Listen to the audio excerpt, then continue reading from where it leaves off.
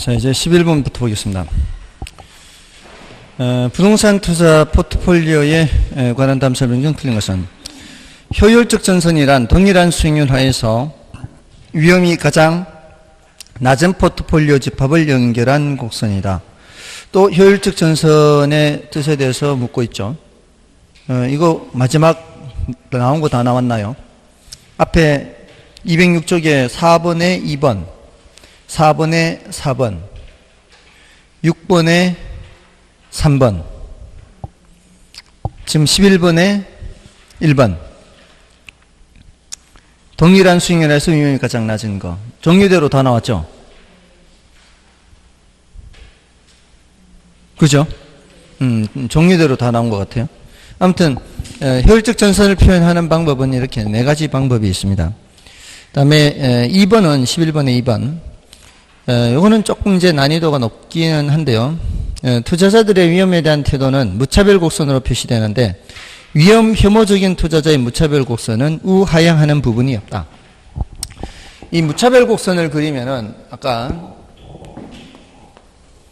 요렇게 되잖아요. 요렇게. 그죠? 요렇게 되고. 근데 이게 요렇게 되는 부분이 없다는 거예요. 요렇게 되는 부분은 자, 요 점하고 요 점하고 이 무차별 곡선의 의미가 뭐예요? 만족도가 똑같다는 거 아닌가요? 이 점, 이 점, 이 점이 다 만족도가 똑같다라는 뜻이잖아요. 그럼 이게 우하향한다는 얘기는 요 점과 요 점이 만족도가 같다라는 뜻이잖아요. 근데 이게 만족도가 같을 수가 없다는 거죠. 왜냐하면 이거보다 얘는 위험은 더 커지면서 수익은 더 작아지잖아요. 근데 얘하고 얘가 만족도가 같을 수가 없는 거죠. 그러니까 무차별 곡선은 우상향하는 형태인 것이지 우하향하는 부분은 있을 수가 없다는 거예요. 이 무차별 곡선에 대해서 이제 얘기를 하고 있는 거죠. 다음에 3번의 포트폴리오의 위험 분산 효과는 상관계수가 작을수록 더 커지죠. 상관계수가 작을수록 상관계수가 마이너스 1에 가까울수록 이 소리잖아요. 그래서 맞는 말이에요. 그 다음에 최적 포트폴리오는 투자자마다 다를 수 있는데 위험에 대해 더 깊이적일수록 효율적 전선상에서 왼쪽 아래의 포트폴리오가 선택될 것이다. 그죠? 효율적 전선이 이렇게 있으면 왼쪽 아래, 여기 이제 보수적 투자자, 여기가 공격적 투자자, 이렇게 되는 거죠. 그 다음에 서로 다른 두 투자 내 수익률의 상관계수가 0인 경우 분산 효과가 없다. 0인 경우에도 분산 효과가 있죠. 5번이 틀렸습니다. 넘어가셔서요. 12번도 볼까요? 포트폴리오 이론에 대한 설명으로 틀린 것은 효율적 전선은 객관적인 예상치를 나타내는 곡선으로서 그 위쪽 영역은 달성될 수 없는 영역이죠. 이 효율적 전선 이쪽은 갈 수 없는 영역이죠. 이쪽이 이제 효율적 전선을 포함해서 이 아래쪽이 달성 가능한 영역이에요. 그 다음에 포트폴리오를 구성하는 자산 수가 많을수록 비체계적 위험이 감소되는 이유는 포트폴리오를 구성하는 각 자산의 수익률 변동이 동일한 모습을 보이지 않기 때문이죠. 각각 서로 다른 모습을 보이니까 서로 상쇄가 되는 거예요. 상쇄.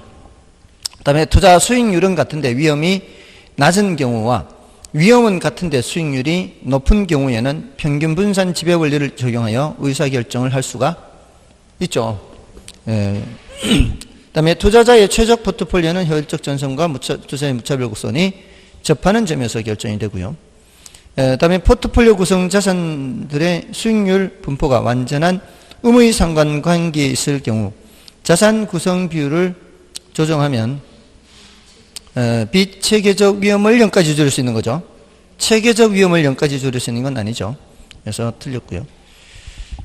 다음에 그 13번은 여러분이 봐주시면 되겠고요. 이제 다음에 14번을 보시면은 부동산 포트폴리오 한계를 설명한 것이다. 틀린 것은 자, 이건 뭐 그렇게 중요도가 높은 건 아니지만 한 번 정도는 역체크를 합니다. 투자자의 능력에 따라 수익률이 다르게 산출되므로 평균적 수익률 산정이 어렵다. 이게 부동산 투자자마다 능력이 다르기 때문에 어떤 사람을 기준으로 해서 수익률을 산정하느냐 달라지겠죠. 수익률이. 그 다음에 종합부동산세 등이 투자자에 따라 다른 세율로 산출되어 수익률 산정이 어려울 수도 있습니다. 이게 저 같은 사람이 부동산을 사봐야 뭐 종부세 대상이 아니니까 그런 세금은 걱정은 안 해도 되죠.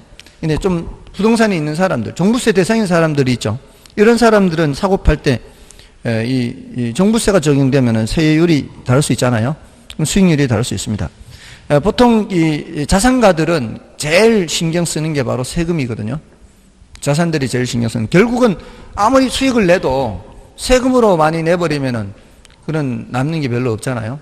그래서 절세 상품에 관심이 많습니다, 자산가들은.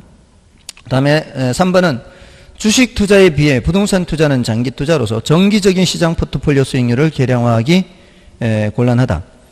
주식 투자에 비해서 부동산 투자는 장기 투자잖아요. 그러면 장기 투자에서 우리 임대료 수입이야 매년 이렇게 계량할 수 있는데 시세 차익은 어떻게 할 거냐 이 말이에요. 시세 차익은 이제 부동산 가격이 올랐다 해도 이게 현실화된 게 아니잖아요.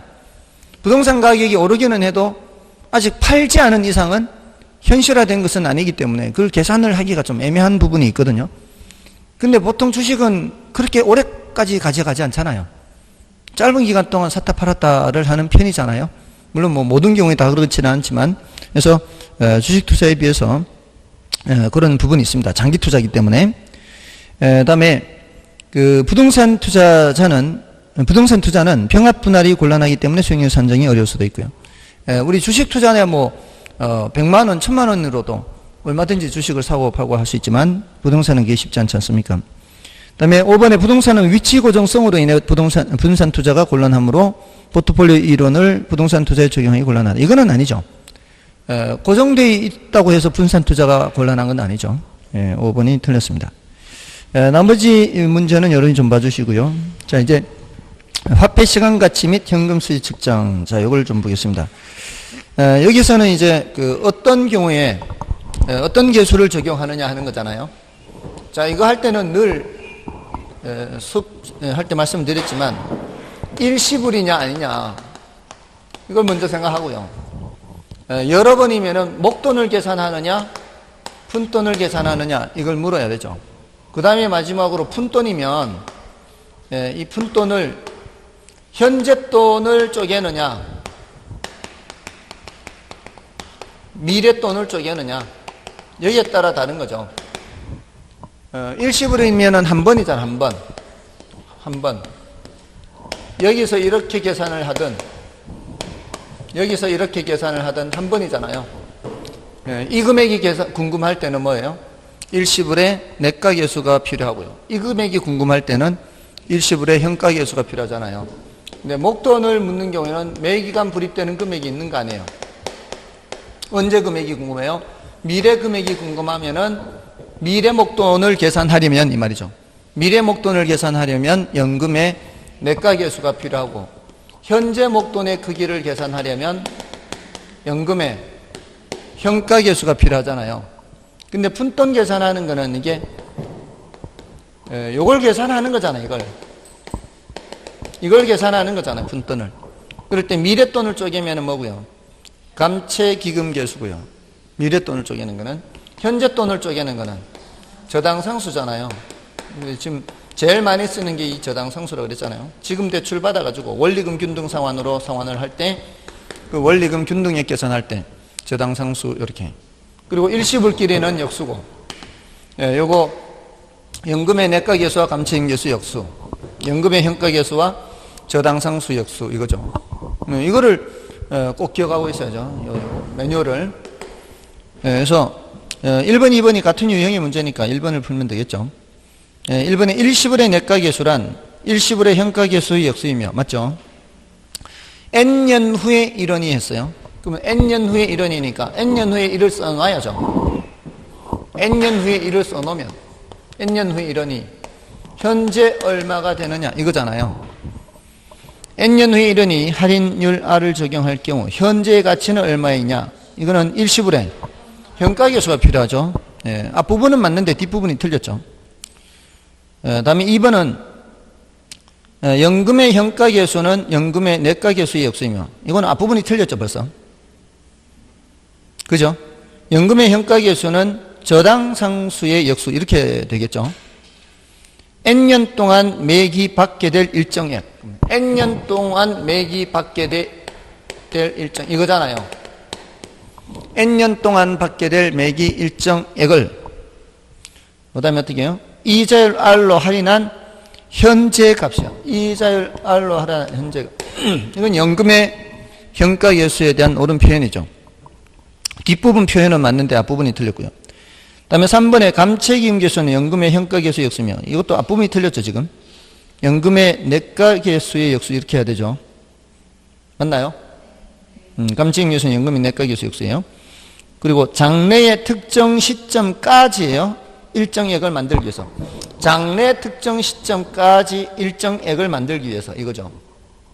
장래 특정 시점까지 일정액을 만들기 위해서 매기간 불입하는 금액 계산하는 거.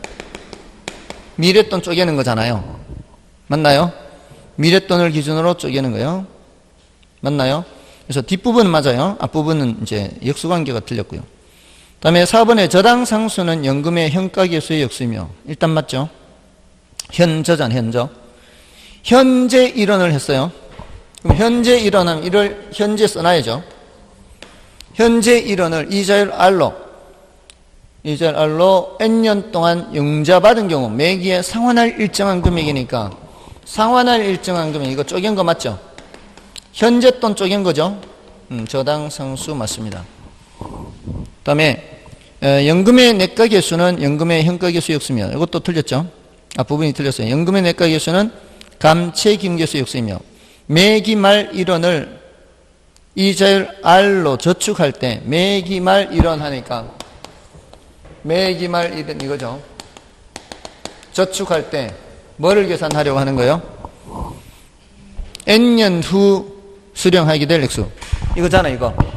그러니까 연금의 내가계수 이렇게 되죠. 그렇죠? 자, 이제 좀 구별이 되나요? 이제 되나요? 지금이라도 안 되면 또 찾아오시면 돼요. 지금까지 작년에도 그랬고요. 재작년에 계속 그랬어요. 8월달, 9월달 돼서야 찾아와가지고 아직까지도 모르겠어요. 그때 아는 사람도 있어요, 그때. 이거는 나오면은 사실 어렵지 않아요. 나오면 땡깁니다, 이거는 대체로 지금까지 출제된 그 경향을 보면 계산 문제도 그렇게 어렵지 않고요. 이제 약간 이제 어려운 게 있기는 한데, 그거는 좀 적응하기가 뭐 어렵지는 않아요. 이거 뭐 아예 어렵게 출제하고자 한다면 아예 어렵게 출제도 할 수도 있어요. 근데 그런 거는 아마 보면은 뭔 소리인지 모를 거예요.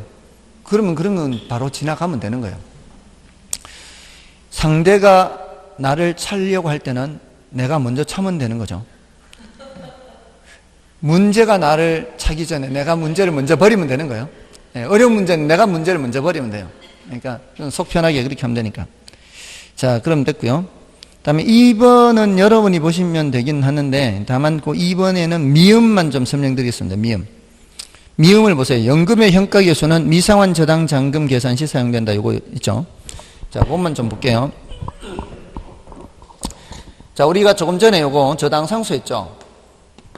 저당상수는 지금 돈을 빌려서 이제 나누어 갚을 금액 계산할 때 이게 원리금 균등 상환이죠.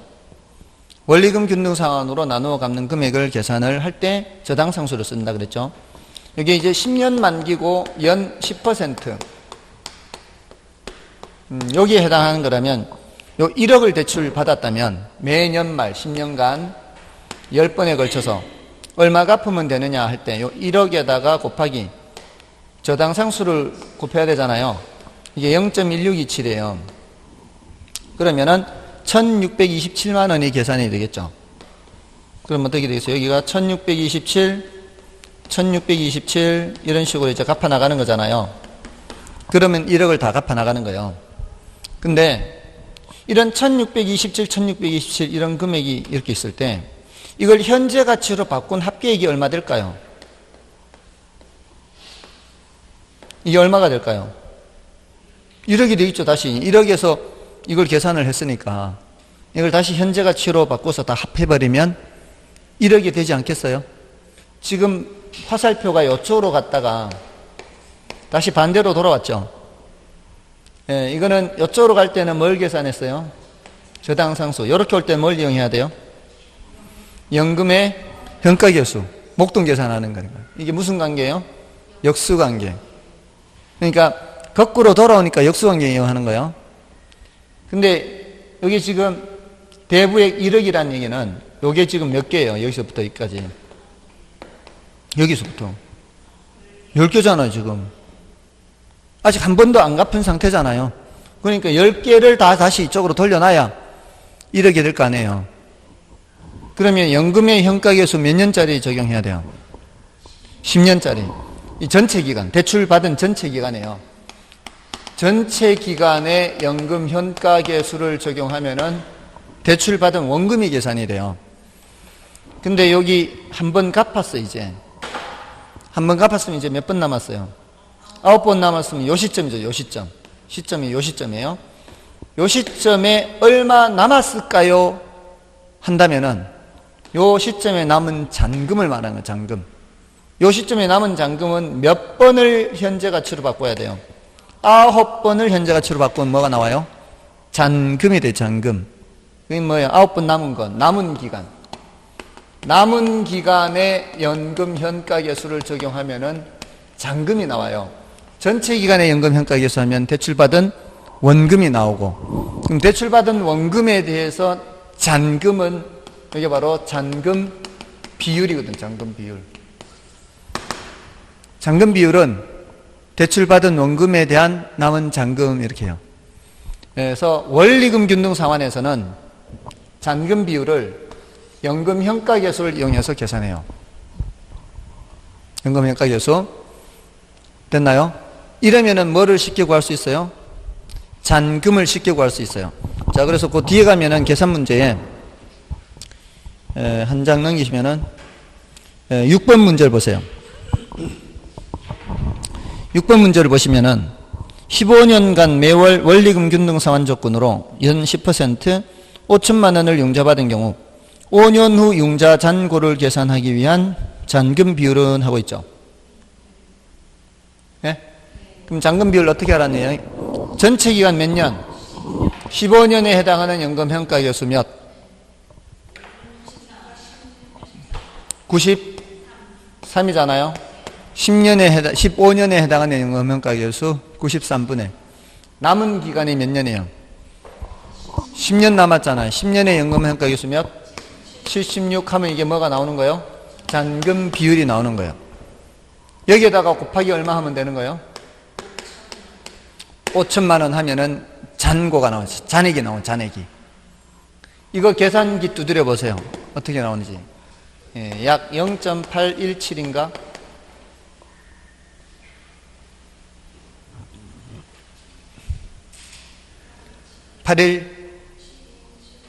8172 여기까지만 소수 넷째 자리까지만 하면요 0.8172 곱하기 5천만 원 하면은 그럼 융자 잔고가 계산되는 거예요. 그죠? 8을 반띵하면 얼마예요? 4. 171을 반띵하면 어떻게 돼요? 86인가요? 172 반띵하면은 86 맞나요?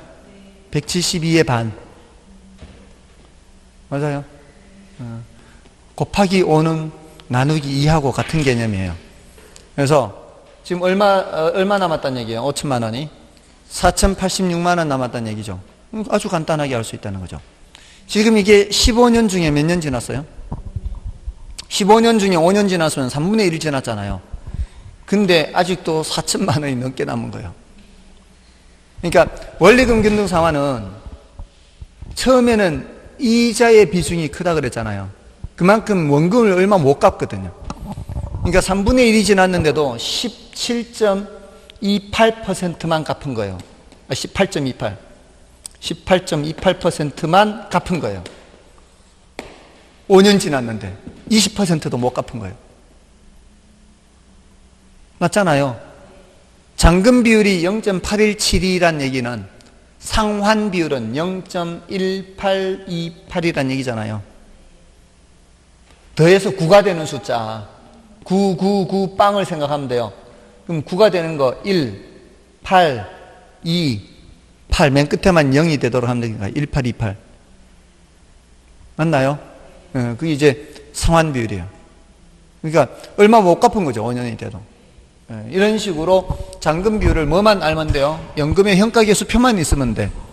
연금의 현가계수 표만 있으면 그 표에서 전체 기간 남은 기간 해서 잔금 비율을 원리금 균등 상환에서는 쉽게 알 수 있다 이 말이에요. 됐나요?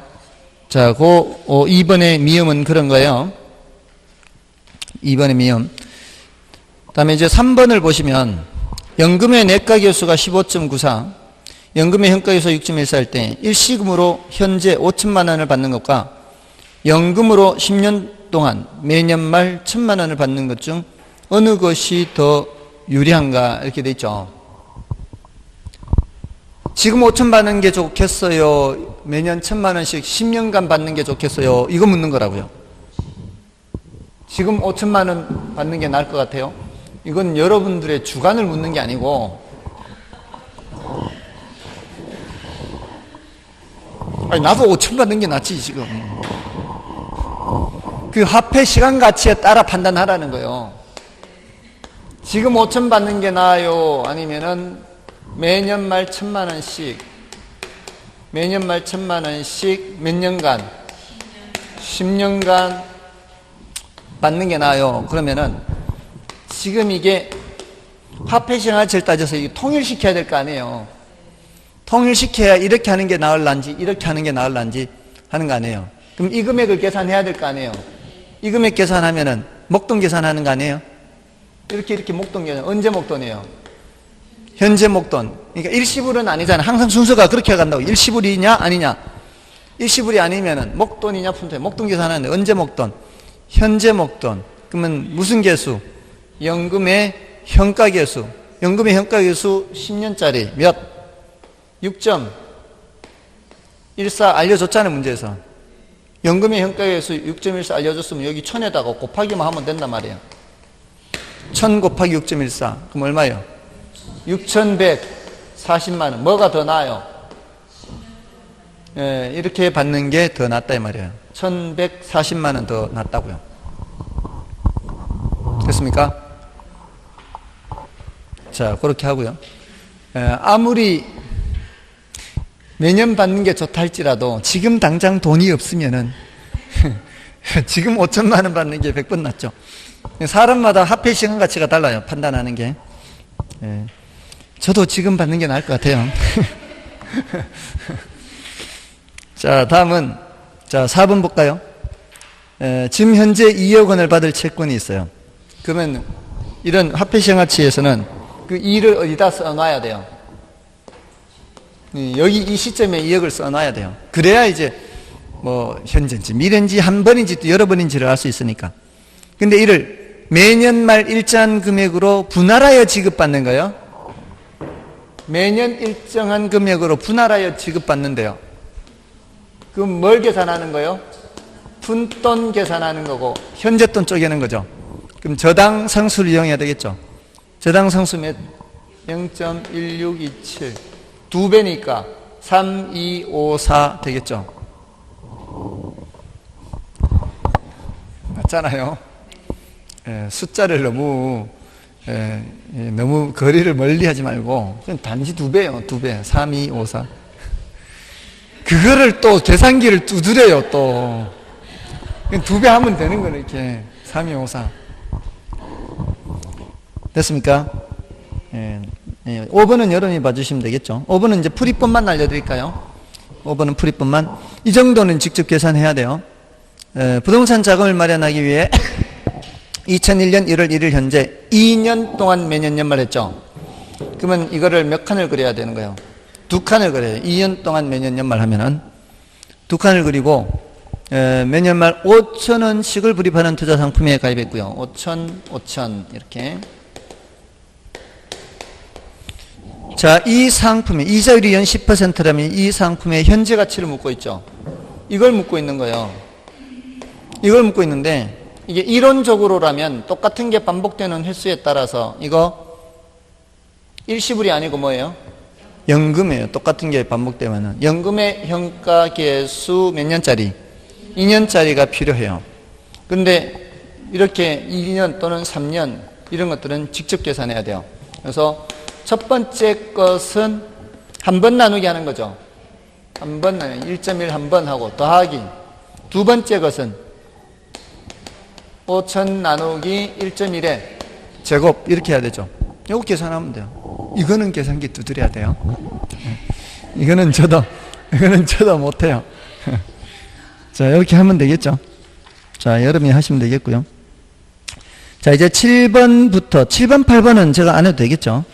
7번, 8번은 이제 가유순전 후 매순전 후 이거 그냥 공식이니까 여러분 확인하시고요. 9번을 보십시오. 영업수지 계산과 관련된 다음 설명 중 틀린 것은 1번에 유효총소득은 가능총소득에서 공실 및 불량부채 충당금을 차감하고 기타 소득을 가산하여 계산한다. 가유순전 후 맞죠? 네, 가유순전 후. 오케이. 다음에 2번에 영업경비에는 감가상각비, 공실 및 불량부채 충당금이 포함되지 않고 맞죠? 적산임료 산정 시 필요재 경비에는 감가상각비, 공실 및 불량부채 충당금이 포함된다. 이런 거 들어본 적 있어요, 없어요? 없죠? 들어본 적 있어요? 감정평가에서 적산임료 나온 거는 들어보셨죠? 네, 그때 이거 공식 정도는 기억하라 그랬죠. 적산임료는 기초가액 곱하기 기대이율 더하기 필요재경비 이런 게 있었잖아요.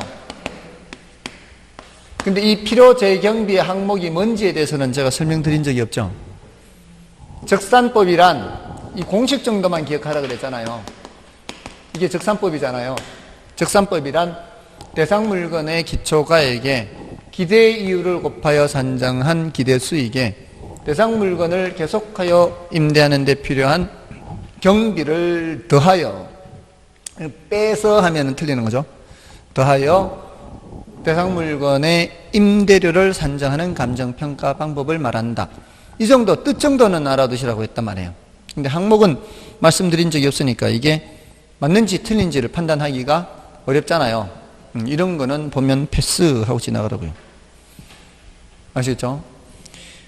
다음에 3번 세전현금 수지는 순영업소득에서 부채 서비스액을 차감하여 계산하며 이는 순영업소득보다 항상 작은 값을 갖는다.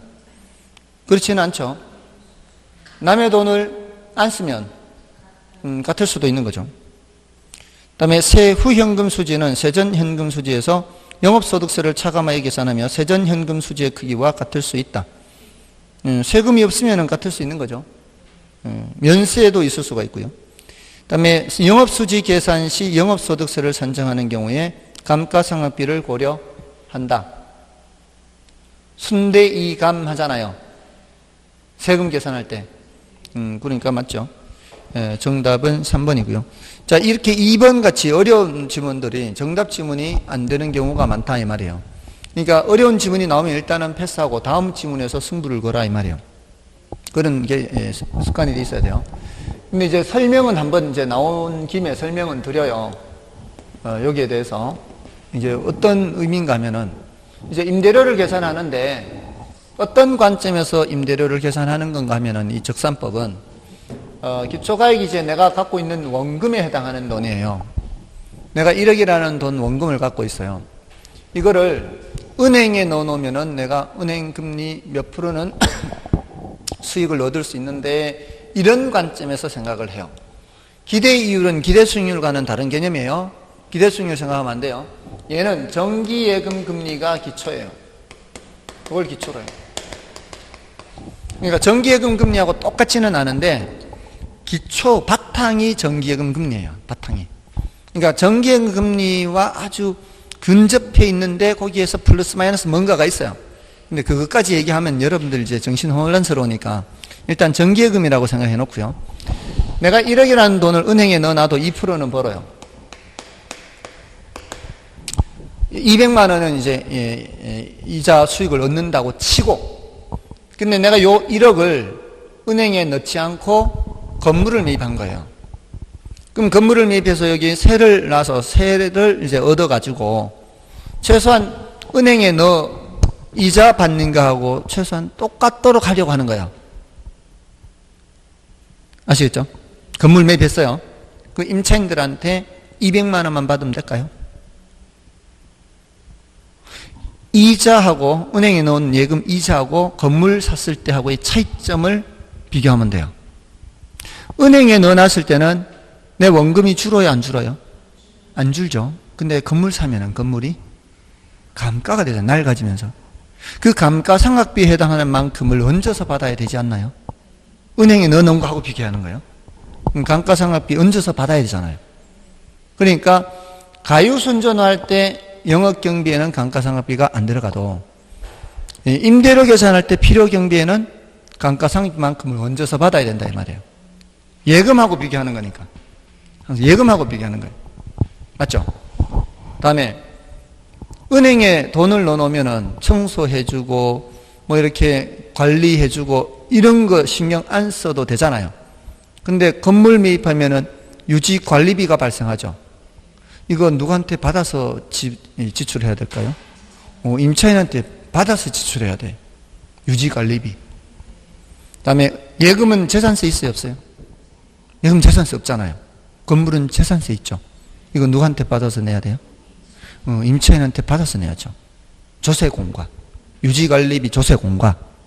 그다음에 예금에 가입하면은 화재보험에 들어요? 안 들죠. 근데 건물 사면 혹시 모르니까 화재보험 들어야 되죠. 손해보험료. 이거 누구한테 받아서 내야 돼요? 임차인한테서 받아서 내야 되죠. 이렇게 해가지고 임차인들한테 이제 예를 들어 10명의 임차인이 있다면 10분의 1 해가지고 임차인한테 이렇게 부담을 시키겠죠. 맞나요? 근데 지금 임차인들이 누가 안 내는 사람은 없는데 지금까지 경험상 보니까 꼭 한두 달치 못 내고 나가는 임차인들이 있더라는 거예요. 그러면은 지금 누가 안 낼지는 알 수는 없지만 그런 걸 대비해서 미리 더 얹어 받아야 되지 않나요? 그 못 받는다고 해서 손해보험료, 화재보험료 안 나가는 거 아니잖아요. 그 못 받게 되면은 여기에서 나가야 되거든요. 내가 챙겨야 되는 돈에서 나가야 돼. 이게 덜 들어오게 되면. 맞죠? 결선 준비비요. 대선 충당금. 대선 충당금에 해당하는 것을 얹어서 받아야 된다 이 말이에요. 영업경비에는 안 들어가도 필요경비에는 들어가야 되는 거죠. 물론 보증금이 충분하면 관계없어요. 보증금이 그것 때문에 있는 거 아니에요. 결선 준비비가 결선 준비금 필요 경비에 들어가요, 안 들어가요? 대선 충당금 들어간다고요. 이거 얹어서 받지 못하면 여기서 나와야 된다고. 혹시 안 내는 사람이 생기면 안 내는 내가 그걸 감안해서 이게 손해보험료 이런 거 조세공과 이런 거 감안해서 이제 임차인들한테 나누어서 매겼는데 돈을 안 내버리면 펑크가 생기잖아요. 그럼 여기에서 나와야 된다고. 그러니까 대선 충당금에 해당하는 것도 필요경비에 포함시켜 놔야 된다 이 말이에요. 이렇게 해가지고 나누어서 매겼는데 근데 공실이 생겼어요. n분의 1로 해서 냈는데 공실이 생겼어. 공실은 돈이 안 들어오잖아요. 그러면은 여기서 나와야지. 그럼 어떻게 해야 될까요? 공실 생길 걸 감안해서 지금 들어와 사는 놈들한테 더 얹어서 받아야지. 맞아요, 안 해요? 안 그러면 여기서 나가야 돼. 공실 기간 동안 돈이 안 들어오니까. 돈 안 들어온다고 해서 화재보험료 안 나가냐고요. 재산세 안 내냐고요. 그러니까 들어와 사는 놈들한테 얹어서 받아야지. 맞아요, 안 해요? 됐나요? 공실 손실, 대선 충당금 다 들어가는 거예요. 거기에다 보세요. 내가 건물 사서 운영을 하면 뭐 예를 들어 좀 규모가 클 때는 직원 월급도 줘야 되고 매달 화재보험료 나가야 되고 이런 비용이 지출돼야 되잖아요. 그러면 통장에 일정 부분 잔액을 유지해야 되지 않나요? 그래야 수시로 지출을 하니까. 요 잔액을 유지해야 되는 요 통장에는 이자가 발생해요, 안 해요? 이자가 발생 안 하잖아요. 대부분의 경우 이렇게 입출금하는 그런 통장은 이자가 거의 없잖아요. 내가 건물을 안 샀다면 요 돈을 1억에다가 얹어서 예금할 수 있었던 거 아니에요. 근데 이자가 지금 발생 안 하는데 이렇게 지금 쓸데없이 이렇게 묶어놔야 되잖아요. 여기에서 발생했어야 할 이자는 누가 내야 될까요? 임차인이 내야 돼. 요거도 얹어서 받아야 돼. 요거를 정상 운전 자금 이자라 그래요. 이 운영을 하기 위한 자금을 운전 자금이라 그래요. 요 이자도 누가 내야 돼? 인천이 내야 돼. 여기는 다 들어가요, 다. 그걸 얹어서 받아야 돼. 그래서 감가상각비, 유지관리비, 감유, 조세 공과, 손해보험료, 결손준비금 또는 대손충당금, 공실손실, 정상 운전자금이 싹 들어간다고요. 근데 영업경비에는 그런 것 중에 일부만 들어가는 거죠. 됐나요? 여기는 다 들어간다. 요거는 이제 영업경비에 포함되는 항목, 포함되지 않는 항목 따로 외우고 있잖아요. 따로 외우고 있죠? 그러면 되는 거예요, 여기서는. 따로 외우고 있으면 되는 거고. 여기는 다 들어간다. 자, 그럼 돼요. 자, 2번은 난이도가 높은데, 한 번 정도 이렇게 설명을 드리는 거고요. 다음에 10번은 여러분이 봐주시면 되고요. 11번 보세요. 이거 이제 찾아낼 수 있어야 돼요, 11번에. 영업경비 항목들로 바르게 연결한 것은, 기억에 재산세 포함되죠? 자, 소멸성 보험료. 이게 뭔 뜻인지 알아두세요. 소멸성 보험료와 비소멸성 보험료가 있어요. 보험료를 한 달에 50만 원씩 내요. 60개월 동안 5년간 매달 보험료를 50만 원 내는데 그 보험 조건이 만기에 1,500만 원 환급해 준대요. 1,500원 이 만기 때 50만 원씩 곱하기 60 하면은 총 원금은 3천만 원이거든요. 3천만 원인데 그 중에 반을 돌려준다는 거죠. 그러면 50만 원이 다 보험료가 아니죠. 그럼 얼마만 보험료라고 계산해야 돼요? 아니, 매달 25만 원만 보험료로 계산 해야 되겠죠. 이걸 소멸성이라고 해요. 소멸성. 나머지 25만 원은 다시 돌려받는 거니까 이거는 보험료가 아닌 거죠. 이거를 비소멸성이라고 그래요. 그러면 보험료에 들어가는 건 뭐만 따지는 거예요?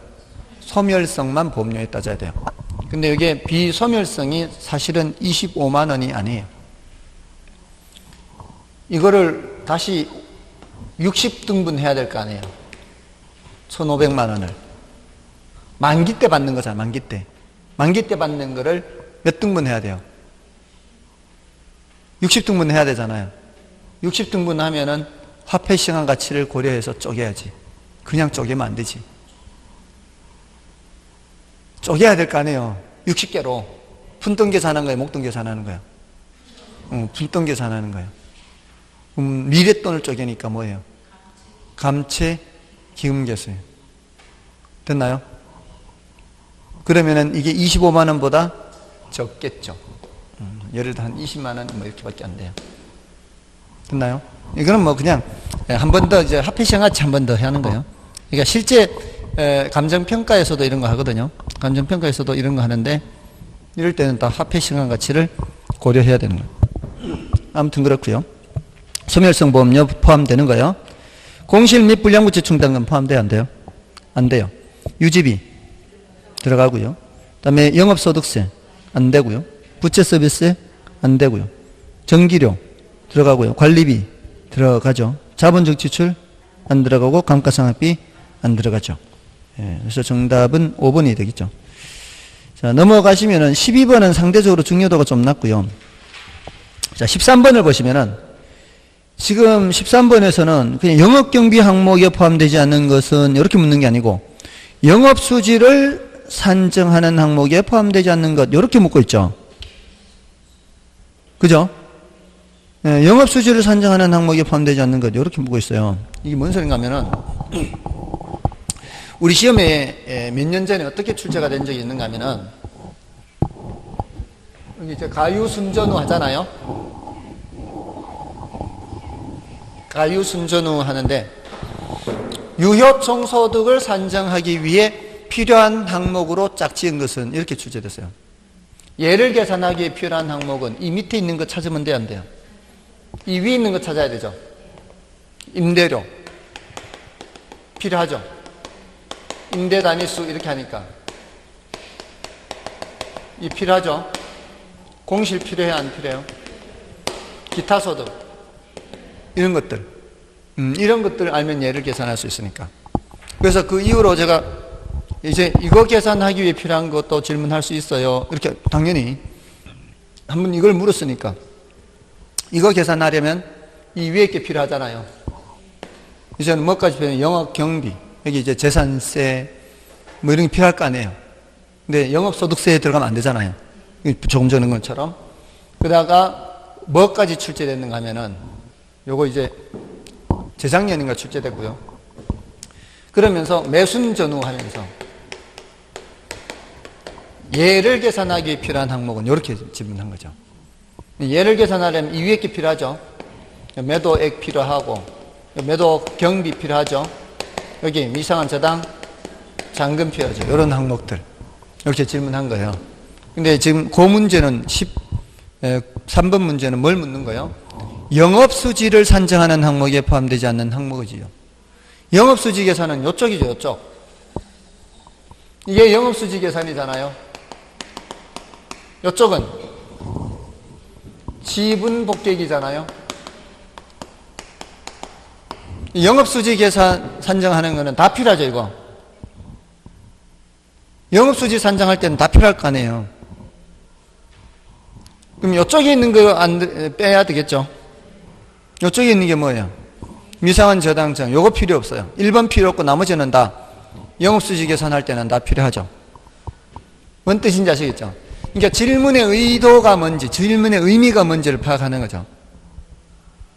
그러면은 그 뜻을 알면은 어렵지 않은 거죠. 사실은 그 질문이 뭐 어떤 뜻인지를 파악하는 게 이제 그걸 간파하는 게 가장 관건인 거죠. 다음에 이제 14번에서부터 17번까지는 순영업소득 계산이거든요. 14, 15, 16, 17 다 순영업소득 계산이에요. 그죠? 자, 그 중에서 이제 그 14번은 이제 가유순, 이제 순영업소득 계산하는 거니까 가유순이니까 이거는 다 쉬워요. 문제에서 순영업소득 계산하는 문제 나오면은 풀어야 되는 거예요, 대체로. 근데 이거는 이제 그 14번은 가능총 소득이 얼마요? 1000만 원 곱하기 10개잖아요. 그럼 1억이잖아요. 근데 유효총 소득을 계산하려면 공실 손실 및 불량부채 충당금 감안해야 되잖아요. 근데 가능총 소득 5% 이렇게 있죠. 기타 소득 없고요. 그러면 어떻게? 그렇죠. 이게 1억 곱하기 여기 이렇게 0.95 하는 이게 습관이 이렇게 돼 있어야 돼요. 5%를 계산해서 뺄 생각하지 말고 곱하기 0.95 하는 게 요령이에요. 이게 쉬운 숫자니까 이제 별 차이가 없지만 예를 들어 4,200만 원 이렇게 나오면은 4,200만 원에 5% 계산해서 빼려고 해보세요. 그죠? 그러니까 4,200 곱하기 0.95가 훨씬 편하다는 얘기죠. 거기에다가 디귿에서처럼 영업경비를 퍼센트로 주잖아요. 이렇게 퍼센트로 주면은 곱하기 여기에다가 곱하기 0.6만 하면 되거든요. 0.6. 그죠? 그럼 65, 30, 69, 57, 57에 570 이것만 하면 돼요. 맞나요? 근데 맨 끝에 부채 서비스는 빼면 돼요, 안 돼요? 맨 끝에 부채 서비스는 빼면 안 되죠? 이거는 이제 세전을 구할 때 사용하는 거니까 그렇게 주의를 해야 돼요. 이게 영업수지 계산에서는 필요 없는 항목을 줘요. 그건 자기가 알아서 판단하라고 이렇게 함정을 내는 거예요. 조심하시고요. 다음에 이제 15번, 16번은 이건 뭐 계산 문제라기보다는 영업경비에 포함되는 항목과 포함되지 않는 항목을 구별하는 거잖아요. 이걸 계산 문제라고 생각하면 곤란한 거죠, 사실은. 뭐밖에 없어, 이건. 빼는 거밖에 없잖아요, 빼는 거. 더하기, 빼기밖에 없어요. 그래서 16번을 보시면은 17번, 15번 열어보시고요. 이게 유지관리비, 경비 포함되고요. 화재보뇨 포함되고요. 소득세는 이거는 제거해야 되죠. 그 다음에 수도료 포함되고, 개인 업무비 제거해야 되고, 전기료 포함되고, 소유자 급여 제거해야 되고요. 재산세 포함되고, 부채 서비스 제거해야 되고요. 이런 식으로 경비에 포함되는 거 다 제거하고 나머지만 빼면 되죠. 이건 뭐 여러분이 풀어보시면 되고요. 그 다음에 17번은 대상 부동산의 순영업소득, 이것도 마찬가지인데 약간은 이제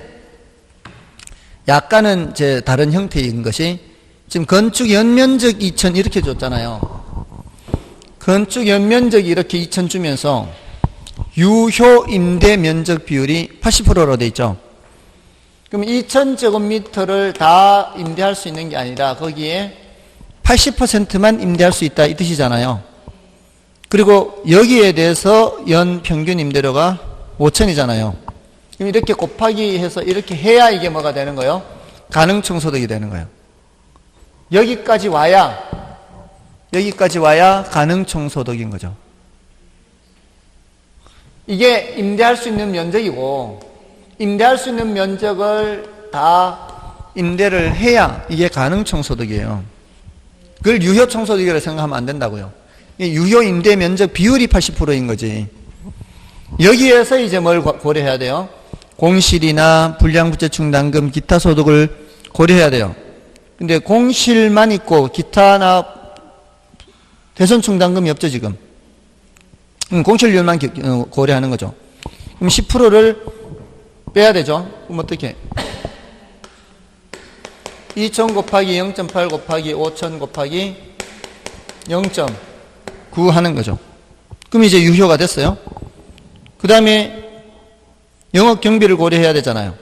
영업 경비 얼마? 50%잖아요. 그럼 이제 2,000 곱하기 0.8 곱하기 5,000 곱하기 0.9 곱하기 0.5, 50% 빼는 거는 50% 곱하는 거니까. 그 다음에 마지막 부채 상환에 계산하면 돼요, 안 돼요? 안 되는 거죠. 여기까지. 결국은 곱하기만 하라는 얘기잖아요. 그러니까 미리부터 계산할 필요가 없어요. 이렇게 해놓고 하면 되니까. 그리고 곱하기로만 돼 있을 때는 이렇게만 하면 돼. 2 곱하기 8 곱하기 5 곱하기 9 곱하기 5 이렇게. 동그라미는 다 필요 없어요. 숫자, 유효 숫자만 곱하면 돼요. 유효 숫자만 곱해도 전혀 문제가 없어요. 더군다나 이렇게 5가 있잖아요. 5가 나오는 경우에는 짝수하고 곱해서 빨리 5를 없애세요. 짝수하고 곱하면 5는 사라져요. 5, 2, 10 하니까 10이고, 이거는 1이라는 숫자는 필요 없잖아요. 없어지는 거예요. 그럼 이것도 이렇게 곱하면 40이잖아요. 그러면 40이면 요 동그라미 생각할 필요 없으니까 4잖아요. 그럼 4, 9, 36만 남죠. 그럼 360 이렇게. 별 순서는 36만 찾으면 되는 거죠. 곱으로만 돼 있을 때는 이렇게 하면 돼요. 아시겠죠? 이거 다 두드리려 하면 언제 두드려 이거를? 맞아 안 해요.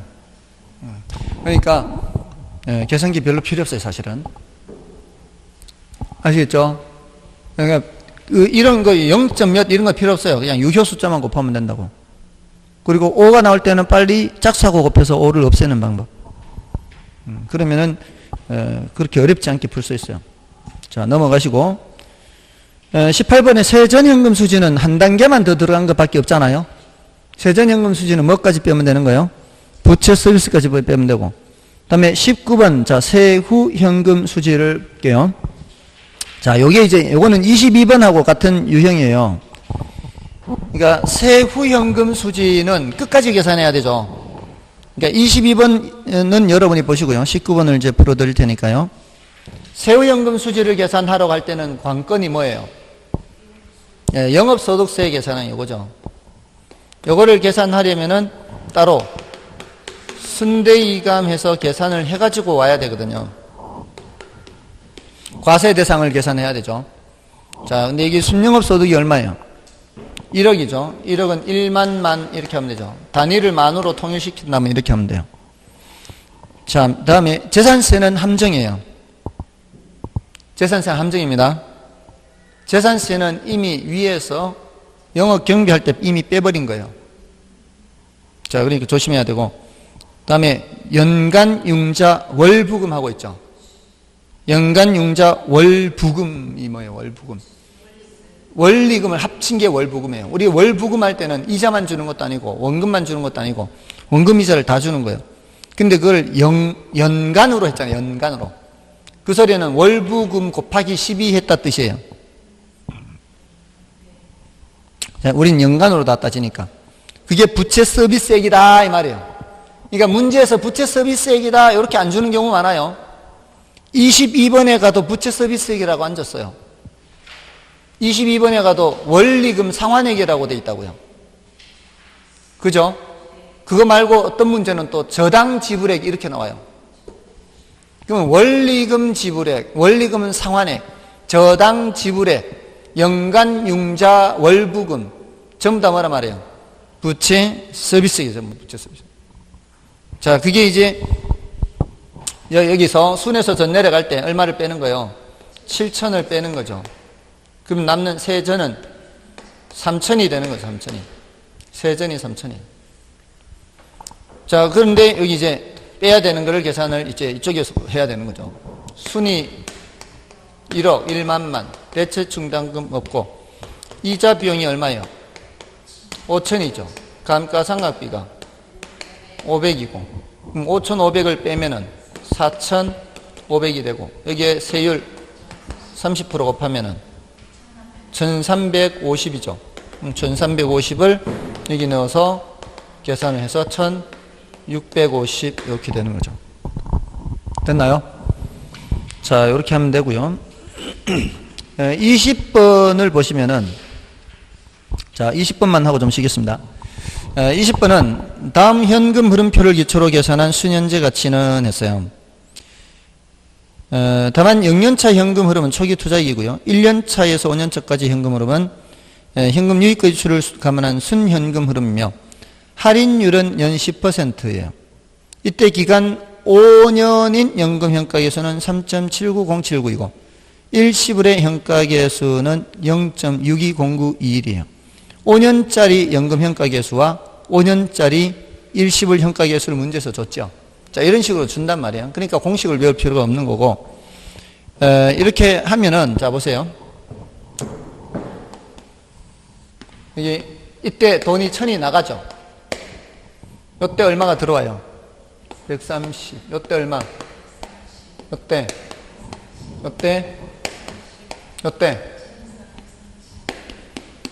그렇죠. 여기에 나가는 돈이고 들어오는 돈을 현재 가치로 바꾸어야 유입현가합, 유출현가합 해가지고 뭘 계산해요? 순현가를 계산하는 거 아니에요? 자, 여기 똑같은 게 몇 번 반복되고 있어요? 똑같은 게 몇 번? 4번. 이러면은 연금의 현가계수 몇 년짜리 있어야 돼? 4년짜리 있어야 되죠. 요거는 한 번이죠. 요거는 언제 한 번? 5년 후에 한 번이니까 일시불의 현가계수 5년짜리 있어야 되겠죠. 자, 그런데 문제에서는 연금의 현가계수 4년짜리 줬어요, 안 줬어요? 5년짜리 줬죠. 그럼 어떻게 해야 될까요? 요거를 나눠야죠. 요게 키포인트예요. 이렇게 나누어서 계산해야 된다는 게 이 문제의 키포인트예요. 그래서 연금의 현가계수 5년짜리를 적용하려면 이게 5개가 있어야 돼요. 그래서 130에다가는 뭐를 곱하고 3.79079를 곱하고 1300에다가는 0.62091을 곱하는 거죠. 그래서 더 해야 되는 거죠. 맞나요? 1300에 10 곱한 거를 여기에다가 10을 곱하면 130에 곱하기 10을 130 곱하기 이쪽으로 돌려버리면 소수점 자리가 여기가 6.2091 이렇게 되겠죠. 1300 곱하기 0.6 이거를 여기에 곱하기 10을 떼나와서 이쪽으로 곱하면 6.2091 되죠. 그러면 요거 두 개 더한 거잖아요. 130 곱하기 3.79079 더하기 6.2091 이렇게 되잖아요. 130이 공통이니까 요거 두 개 더하면 이 말이야. 더하면은 9 0 이로 올라가면은 올라가서 10이 되죠. 10. 이게 10이 된다 이 말이에요. 그럼 130 곱하기 10이니까 1300이죠. 그러니까 1300에 1300 빼기 1000 하면은 순영가는 300 됐나요? 그렇게 됐나요? 자, 그러면 나머지는 여러분이 좀 풀어보시고요. 투자 분석 기법은 좀 쉬고 하겠습니다.